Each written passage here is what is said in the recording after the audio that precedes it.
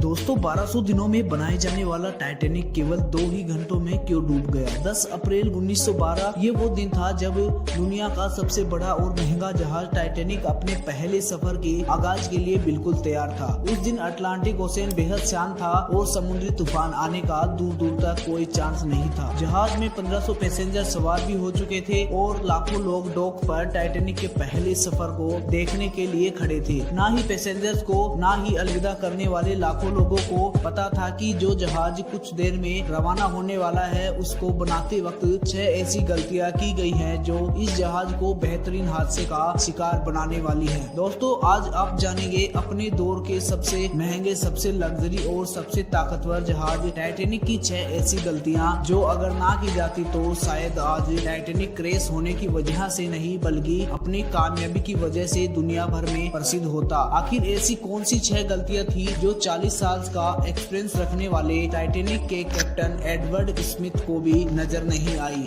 ये गलतियां Titanic operate करने वाली company the white star line जिसको 107 शिप्स ऑपरेट करने का अनुभव था उनको भी नजर नहीं आई। और तो और ये गलतियां टाइटैनिक मैन्युफैक्चर करने वाली कंपनी हाईलैंड एंड वुल्फ को भी नजर नहीं आई जिन्होंने सिर्फ टाइटैनिक से पहले ही 500 से ज्यादा शिप्स मैन्युफैक्चर की थी। टाइटैनिक की कंस्ट्रक्शन 1907 में शुरू हुई थी और तकरीबन 3 साल का वक्त और 2000 वर्कर्स की मेहनत के बाद जहाज को तैयार कर लिया गया। अब जहाज पूरी तरह से तैयार हो चुका था लेकिन इसको चेक करना अभी बाकी था। टाइटैनिक बनाने वालों का अब उस पर भरोसा तब हो गया जब टाइटैनिक ने अपना पहला टेस्ट कामयाबी से पार कर लिया। टेस्ट पार करते ही पूरी दुनिया में अखबार में इसकी मार्केटिंग की गई जिसकी हेडिंग थी सिंकेबल टाइटैनिक यानी कभी ना डूबने वाला जहाज बना लिया गया है। जहाज का पहला सफर इंग्लैंड के शहर साउथहैम्पटन से शुरू होता था जिसका दिन 10 अप्रैल 1912 तय किया गया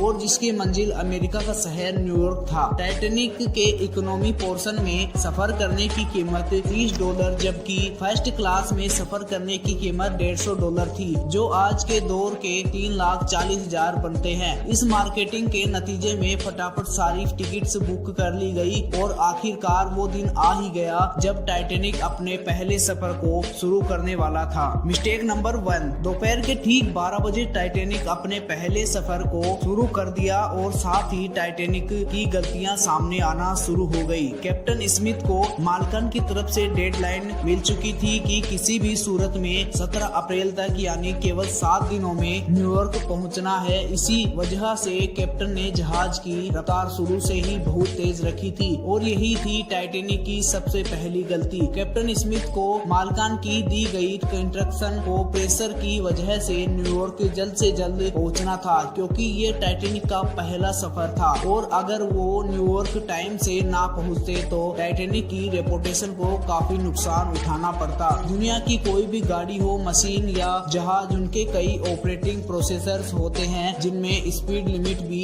इन प्रोसेसर्स का एक हिस्सा होता है और वो पार्ट टाइटैनिक के सफर के आगाज में ही वॉयलेट किया गया था। थोड़ी ही देर में जहाज साउथहैम्पटन के वोट को इतना पीछे छोड़ गया कि अब दूर दूर तक नीले समंदर के अलावा कुछ नजर नहीं आ रहा था। मिस्टेक नंबर 2, अब टाइटैनिक को चलते हुए 3 दिन गुजर चुके थे। फ्रांस और आयरलैंड में थोड़ी देर के स्टॉप के अलावा टाइटैनिक पिछले 72 घंटों से लगातार न्यूयॉर्क की तरफ बढ़ता चला जा रहा था। ये 14 अप्रैल 1912 की शाम थी। समुद्र पर हर तरफ खामोशी और धुंध छाई हुई थी जिसकी वजह से विजिबिलिटी भी काफी कम हो चुकी थी। उसी रात एक और बेहरीन जहाज जो टाइटैनिक से कुछ घंटे ही आगे था उसके कैप्टन ने वायरलेस पर टाइटैनिक को समंदर पर तैरती हुई आइसबर्ग की चट्टानों के बारे में वार्निंग दी। एक्सपर्ट का मानना है ये वार्निंग कम से कम 6 बार दी गई थी लेकिन वायरलेस ऑपरेटर की गलती की वजह से जरूरी वार्निंग इनसे मिस हो गई। उसके लिए शायद ये नॉर्मल बात थी लेकिन यही थी टाइटैनिक के हमले की दूसरी गलती क्योंकि टाइटैनिक अपने तरफ का पहला लग्जरी जहाज था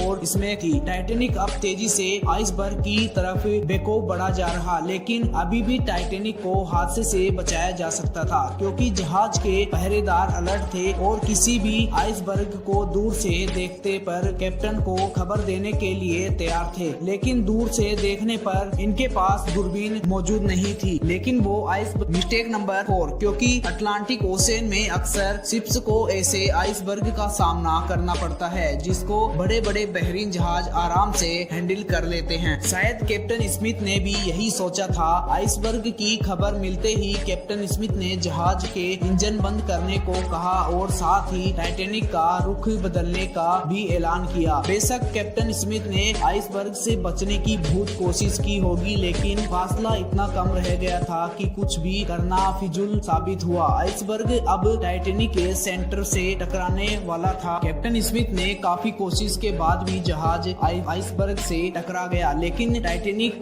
के अभी भी बचने की काफी उम्मीद बाकी थी। ये उम्मीद बाकी रह गई थी कि शायद आइसबर्ग जहाज की बॉडी को नुकसान न पहुंचाए या फिर आइसबर्ग जहाज से टकरा कर खुद ही टूट जाए, और शायद होता भी ऐसा ही। टाइटैनिक की चौथी गलती अपना काम ना दिखाई। एक्सपर्ट्स का मानना है कि टाइटैनिक की बॉडी पर जो रिबिट्स लगी थी वो स्टील की नहीं बल्कि कास्ट आयरन की बनी थी। रिबिट्स का काम लोहे के बड़े बड़े टुकड़ों की आपस में जोड़ना रखना होता है, लेकिन कास्ट आयरन स्टील से नरम होता है। इसी वजह से जिस जगह आइसबर्ग टाइटैनिक की बॉडी से टकराता है वहाँ के रिबिट्स प्रेशर की वजह से खुल जाते हैं, और फिर वही हुआ जिसका डर कैप्टन स्मिथ को था। मिस्टेक नंबर 5, टाइटैनिक की टक्कर एक फुटबॉल फील्ड जितने बड़े आइसबर्ग से हो चुकी थी और अब जहाज के निचले हिस्से में पानी भरना शुरू हो चुका था। इस खतरनाक हादसे ने पूरे पैसेंजर्स को अलर्ट कर दिया और साथ ही जहाज में मौजूद टाइटैनिक के मालिक जोसेफ ब्रूस को भी। बेशक टाइटैनिक में पानी भरना शुरू हो गया था, लेकिन अभी भी टाइटैनिक के बचने की उम्मीद बाकी थी, क्योंकि टाइटैनिक को ऐसे डिजाइन किया गया था कि अगर इसने 3 फ्लोर में पानी भर भी जाए तो फिर भी यही नहीं डूब सकता। लेकिन बदकिस्मती से